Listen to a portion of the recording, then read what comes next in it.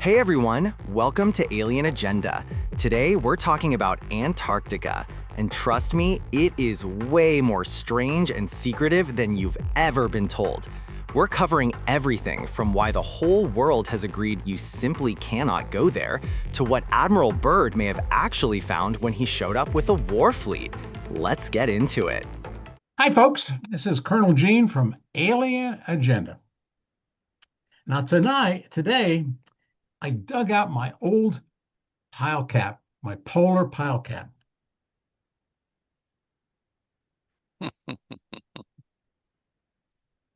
Because what we're going to talk about today is the most unknown area on planet Earth. It's called Antarctica. I think you're going to find this very interesting. There's a lot to talk about. And today, I am joined by two people, Aaron Mutter and Joe Hummel. Aaron, why don't you tell the people a little about yourself? Well, I'm a Army veteran of 30 years. I was in nuclear biological chemical for MOS, but I'm sort of a self-taught filmmaker at this point. Uh, I've always been interested in paranormal and or ufology. Been following since I was 5 years old, so I'm pretty well versed in it. But Great. the current thing I'm doing is just fan films of Ghostbusters, which sort of like a resume film. So we're having a lot of fun doing that. Sounds great. I bet you are. Joe, tell us a little about you. Joe Hummel. I run Pop Culture Madness. I'm kind of a pop culture nerd. About 20 years ago, I sold off my comic book collection to open the office for Pop Culture Madness.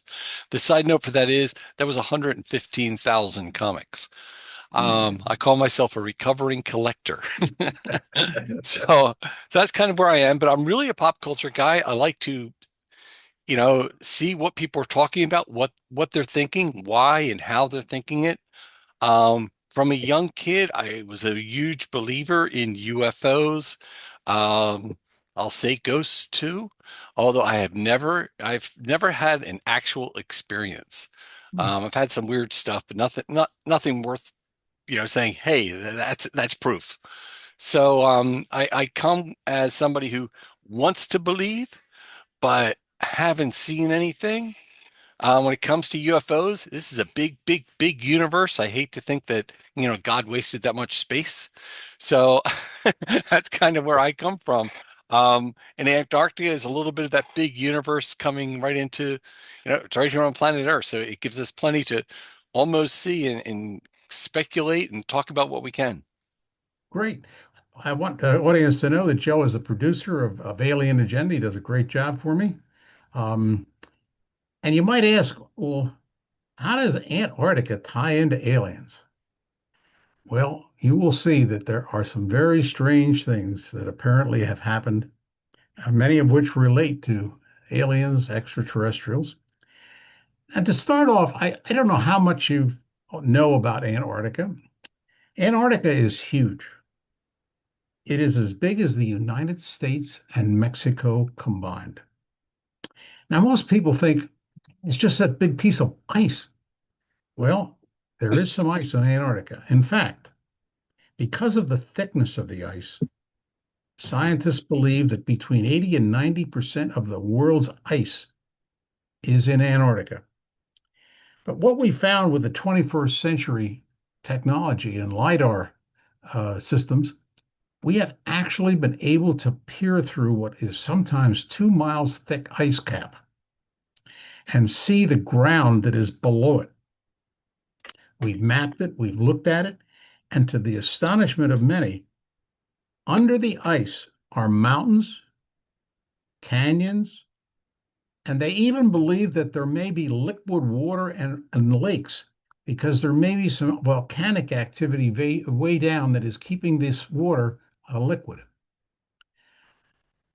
We also know from core samples that we've taken that at one time Antarctica was warm. They have brought up plants, animal specimens. There is no doubt about it. At one time, it was not frozen. There are a lot of theories as to how that might have been. Uh, I guess the most credible one to me is that at one time Antarctica was on one of the tectonic plates of the Earth that was more near the equator. And these plates, as we all know, move. And over the eons, it moved and went south and froze over. Now, what's happening today is the ice is beginning to melt. And to the dismay of some, there is a thing called the Doomsday Glacier. The Doomsday Glacier is the largest single block of ice that we've ever found on planet Earth. But that's not the important thing. This block of ice is fracturing. And some are concerned that if it breaks off and gets into the mainstream ocean, it will melt.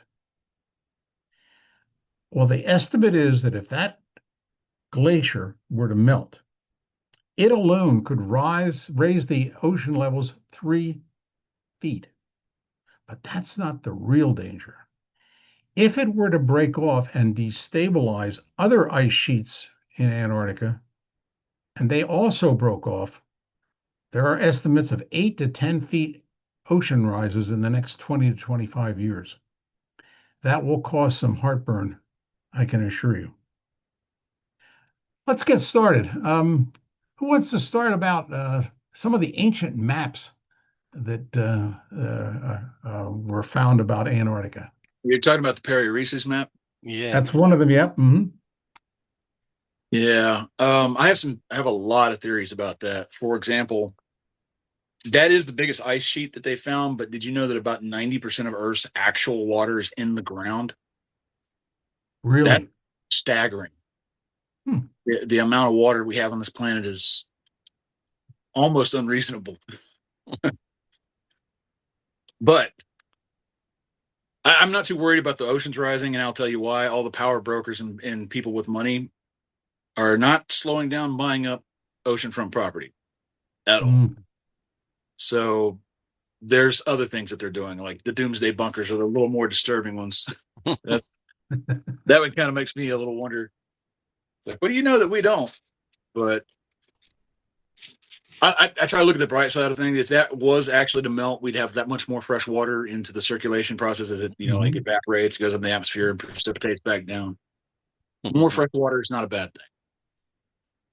However, that's not the real issue. The real issue is all these nations want Antarctica. As you pointed out, it's the size of basically America and Mexico combined. And it has untapped resources entirely. Who's calling me? Let me hang that real quick. Well, But one thing. I was just saying there's a lot of that would lead to a war to take it. So we'll see. Well, there's an international agreement. I think about 50 countries have signed it. I don't know what the agreement's worth. To not claim any of it. Yeah, not worth much. about the paper printed on. That's all. They can violate that all day long. I know. But I do know that Russia and America has an unusual agreement in working with Antarctica, which goes beyond reason. I don't understand why they cooperate so closely. Yeah. Unless some of the stuff we've heard about might be some truth to it. So think of it, if America was isolated under a bunch of ice and the rest of the world continued on, but we still had our level of technology, and we just popped up out of the ice and we told everybody to settle down, or else the rest of the world probably would. It might be that situation. I don't know. Yeah. Well, they had this treaty in 1959, and how often do we get a whole? I mean, aside from secret stuff somebody might be doing, but overall, up front, we have maybe a dozen nations active there, 50 nations saying, "Oh yeah, we all agree," and the Russians and the U.S. working together. Like, there's something really weird about that, because humans, as a rule, don't get along like that. It's almost like they're being told, play nice or else. So That's what I've always looked at it as. I'm like, why are we behaving there? It's like somebody said, "All right, kids, settle down, or I'll smack both of you." And there Um, seem to be some military operations, yeah, but then there also appear to be operations by groups that are somewhat unidentified. Um, I know there's a lot of conspiracy theorists about who they are and what they are, but there's yeah. no And doubt I'm not a that. big fan of NATO. I'm not because I've worked with them and I don't like them. Mhm, But that's a personal reason. The concept of it was great. mhm, Implementation always a problem. But having said that, there is a weirdly planet-wide agreement that a normal you or me or civilian, let's say we had unlimited money, if we try to go to Antarctica, we're going to get arrested. mhm. You are not allowed to go there. And they say it's for safety reasons, except you can go to the North Pole all day you want. Right. They don't care if you die. You can go out to Death Valley all day long. You die out there too. Why Antarctica? Seems Yeah. odd. Why all the no flying zones in Antarctica? There's Again, a very the safety specific issue doesn't on make that any mountain sense. ridge. Yeah, there's that mountain ridge that they keep talking about. They're like, do not cross this line. Yeah. Now, And yeah, it's weird. is that the same mountain ridge where the pyramid is? Like the pyramid, like you look at this picture, you think, oh, there's a pyramid in the middle of Yep, nothing. But actually, the pyramid's like the big just a tip. toe of a huge mountain range. Yeah, it's just a tip. And the scary part is that it used to be visible on Google Earth until somebody realized it was visible on Google Earth. Yeah, the picture's So now very old. you can look down if you zip down to all the lowest resolution you can get, or the highest resolution at the smallest level. You can see there's a lot of fine details, and then you'll get into these sections that are just blurry. It's like somebody came in and took an art tool and just sort of blurred Yeah. everything. And I'm like, Mhm. can you try a little harder if you're going to hide something, guys? Because this is kind of lame. Like, oh, look here, because clearly we've messed with it a bit. So I don't know. There's something going on for sure. Yeah, and that LiDAR radar that they have, that penetrating thing that can go through the ice, that's making it even more difficult to hide because if a Yep. third party has that, they can find out what's going on. But I agree, there appear to be a lot of video that's been Mhm. altered. What is the Um, thickness of the ice? I think it's like what the biggest thickness. I think is 6 miles or something. It's some ridiculous number of oh yeah, ice. it's very thick in places. However, it is melting, and some A things are fisherman told me beginning. though that because of the weight of the ice is pushing the ground down. So if that ice goes away, the land sort of rises, which then cause an effect. If that rises, someone else is going to lower. I'm like, Yeah. that. I wonder where that would be. So Well, it is a fascinating area, and it's it it's is, yeah, and it's geologically active, highly so. It's yes. part of the ring of fire. So Yep. Yeah. That's why they think there may be liquid water under that ice. Hmm. totally reasonable. In fact, well, as you all know from all the, you got the Germans that went up there in World War II, New Schwabenland, Hmm. and then you have the UN treaties, and you got Admiral Byrd's Operation High Jump. It just there's a lot of red flags that none of them are being answered, but you get dribs and drabs here and there. Yeah. Well, Yeah. even when you talk about bird's eye visit, typically an expedition, you might have a few dozen people. He had Mhm. 44,000, 4,700 people. He had That's not an exit. that, that was a chunk of war. That was a significant force. And it took me a long time to dig through that, and it's still hard to find. But you can find the logistics. They lost, I think, 17. I want to say P-40 Warhawks in the process. They're listed as field loss. How did they get into a firefight that we're not told about? Because they were kitted out to last what 6 months or so, and they came Yeah. back. Yeah, that's the thing that I couldn't Yeah, understand. I mean, being in the military, we both know the planning that goes into that. To plan for a 6 month project involving 13 ships and yeah. 4,700 people, and then to And have I'm it willing cut to bet. short in I'm six willing to weeks. bet. Oh yeah, and I'm willing to bet on that flotilla somewhere was an atomic weapon. I guarantee they did not go up there without one. Could be. So that might be the only reason they got to come back. But, Yeah, and as you've, I know you're aware, there are at least two different diaries mhm. that have surfaced supposedly by Admiral Byrd. Now, Admiral Byrd, I don't know if a lot of people know this, his first foray was to fly over the North Pole. Yep.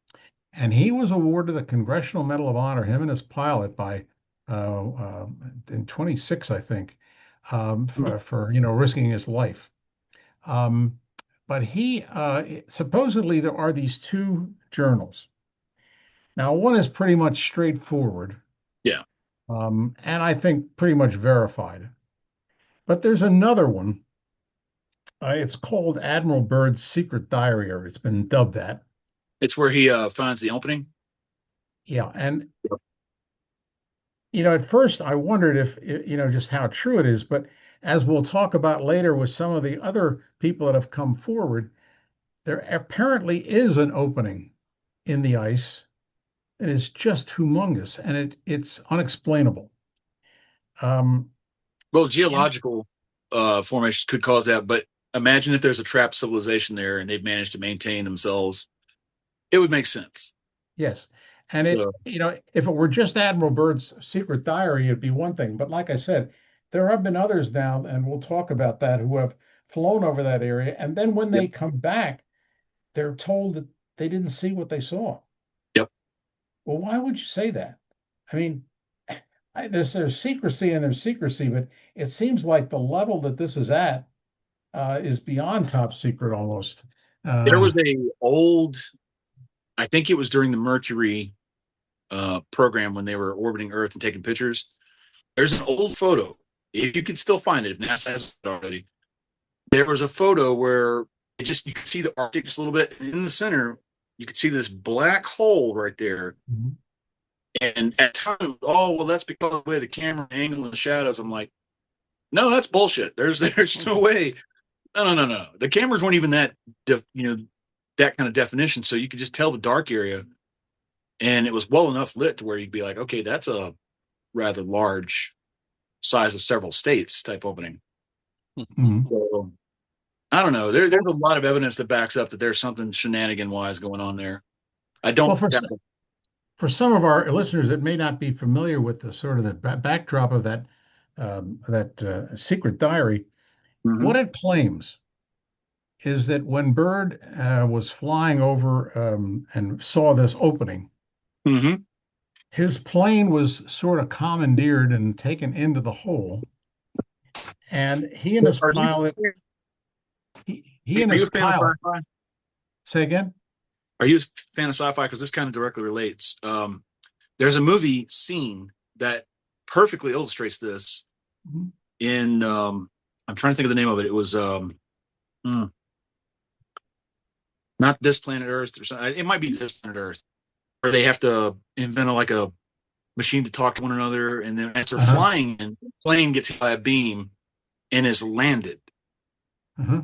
And that always struck me as funny because the novel, I mean the Admiral Byrd's thing got out before that movie. Right. So it's not like he Mhm. copied the movie, That's right. It but was the it movie was was sort of pre-movie. Well, well, like you said, a lot supposedly, of movies were funded for that very reason of disclosure, which is still being dragged along. So supposedly yes, he was captured, or they mhm, were taken out of the plane and met, like you said, a group of people, humanoids, mhm. not little green men or anything like that, but That's humanoids. the one you refer to as the Nordics. Yeah, that they were living under the ice, Yep. and they were concerned after Hiroshima and Nagasaki and what we were going to be doing with the nuclear weapons, and they were brought there to warn us that Mhm. they could get out of hand, and they were told, Byrd was told to go back and warn the executives, the president and so forth, of the danger, and was allowed to return. Now, again, verifying that other than the diary, there isn't any that I've seen, but the idea of the hole, when I found others had seen it, Uh-huh. brought me back to that story, and I thought maybe it is true, or maybe there's a kernel of truth in that story. I don't know. There is, and it's actually still in there if you look at the flight logs. If you can tell the amount of fuel the plane has for X amount of Mhm. time, and then there was a time period where they're out of communication for X amount of time. They should have run out of fuel.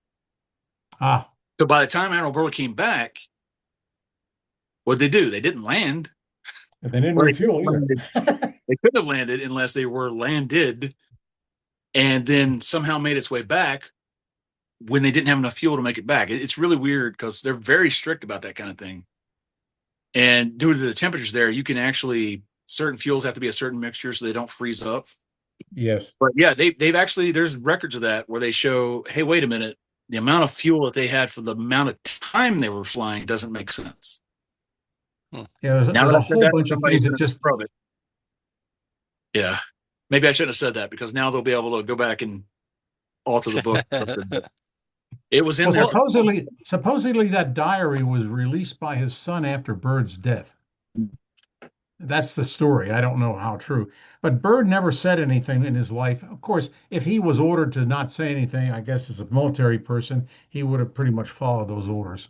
Well, wasn't there a TV interview that he did and then got it was basically interrupted and then they called the TV station and said if you broadcast this, we're going to take your license. Yeah, I thought I read something about that. It's sort Yeah, of back in the back of my mind. I don't remember it, I'd have to precisely. dig into that because I'm not 100% sure on that one, but it would not shock me. They've done far worse for less. So Yeah, it's just and then all this ties into. Um, I know you're aware of this Linda Moulton Howe. yep, Now, she has been around for 30 years, and she's an he was a lab investigator. assistant to Warner von Braun, if I remember correctly. Yeah. And she really has a very strong reputation. She's interviewed a lot of people, and I think she's about 82 now. Yeah, she's concerned because she's a Yeah, single point failure source because of all the stuff that she has. If that's she right. doesn't get that out, and I know she's worried about that lately.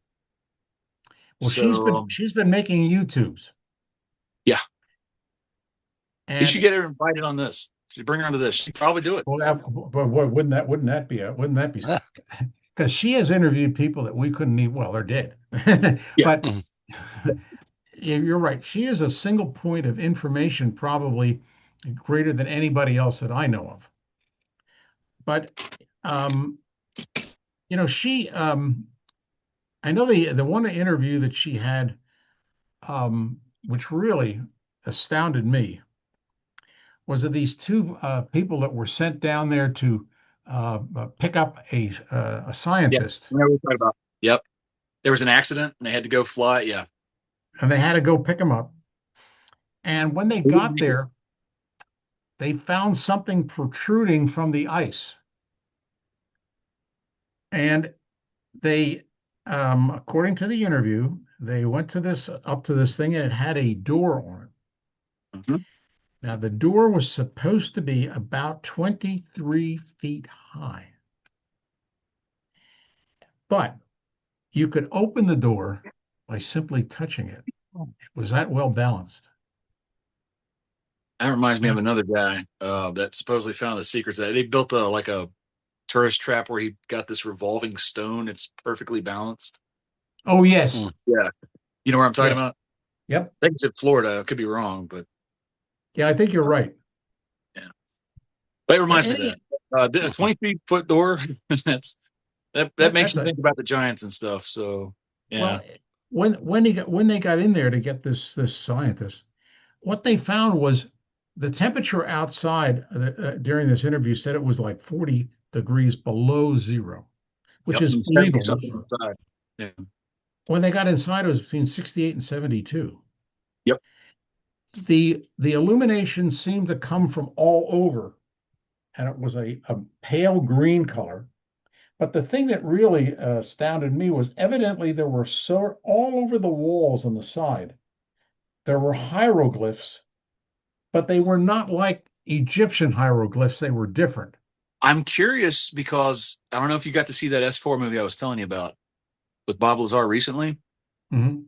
He was trying to describe the hieroglyphs that showed up on that sports model UFO that he was talking about. Apparently, they Yes. powered up one of the screens, and then he described them as slightly Korean looking. He said they weren't Korean writing. They had a similarity to it, but it wasn't that. It mixed with hieroglyphs. So if you look at our earliest cuneiform writing, I'm always like, where did that come from? It's like that makes no sense, because we went from smashing two rocks together to writing in arithmetic. That none of that adds up. Well, the other thing is the structure was huge, Yeah. and it was made of a material that appeared to be like black Black granite, stone. Yeah, black or black. stone, but like nothing he's ever seen before. Yeah, he And said this it didn't thing have went a on for reflective. miles. He said it didn't have a really reflective thing to it. It was a dull, not light up, but Yeah. I would have loved to see that, to be honest. I mean, like, that sounds cool.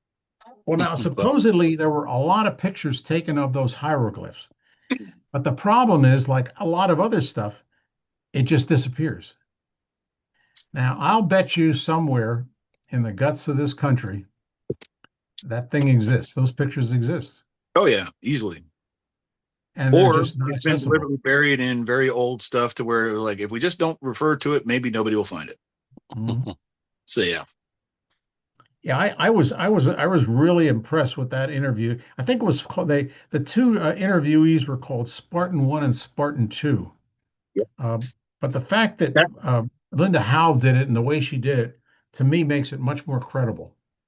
oh, yes. And that email that was referred to all day, cut across a shortcut because the guy was dying, and they got seriously reprimanded and for doing how they saw that. Mhm.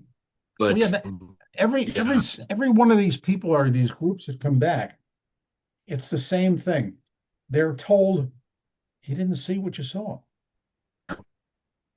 They never and she talk also about it. mentioned the guy that picked up a bunch of scientists that had been out there for way longer than they were supposed to, but they were all, they'd be happy to see people, but they were demoralized. They just sort of robotic, didn't want to talk. They just looked just downtrodden. That was one of our interviews as well, and I'm like, okay, that sounds Well, a yeah, little bit disturbing. that was the Yeah. scientific team. And this is a little like your story about the fuel for Admiral Byrd. Yep. This team was down there, and they had to check in every morning with the Naval Air Station that was down there, temporary Mm-hmm. station was down there. And all of a sudden, they just there was no contact. So the Navy set a C-130 down there, Mm-hmm. and when they got to the base camp, the base camp was perfectly normal. Everything was there except for the scientists. They weren't there. So after a while, the Navy came back, and 2 weeks later, they get a frantic call from this scientific group to come and rescue them. Yep. Navy goes back again with a C-130, and like you said, when they landed, these people were like zombies.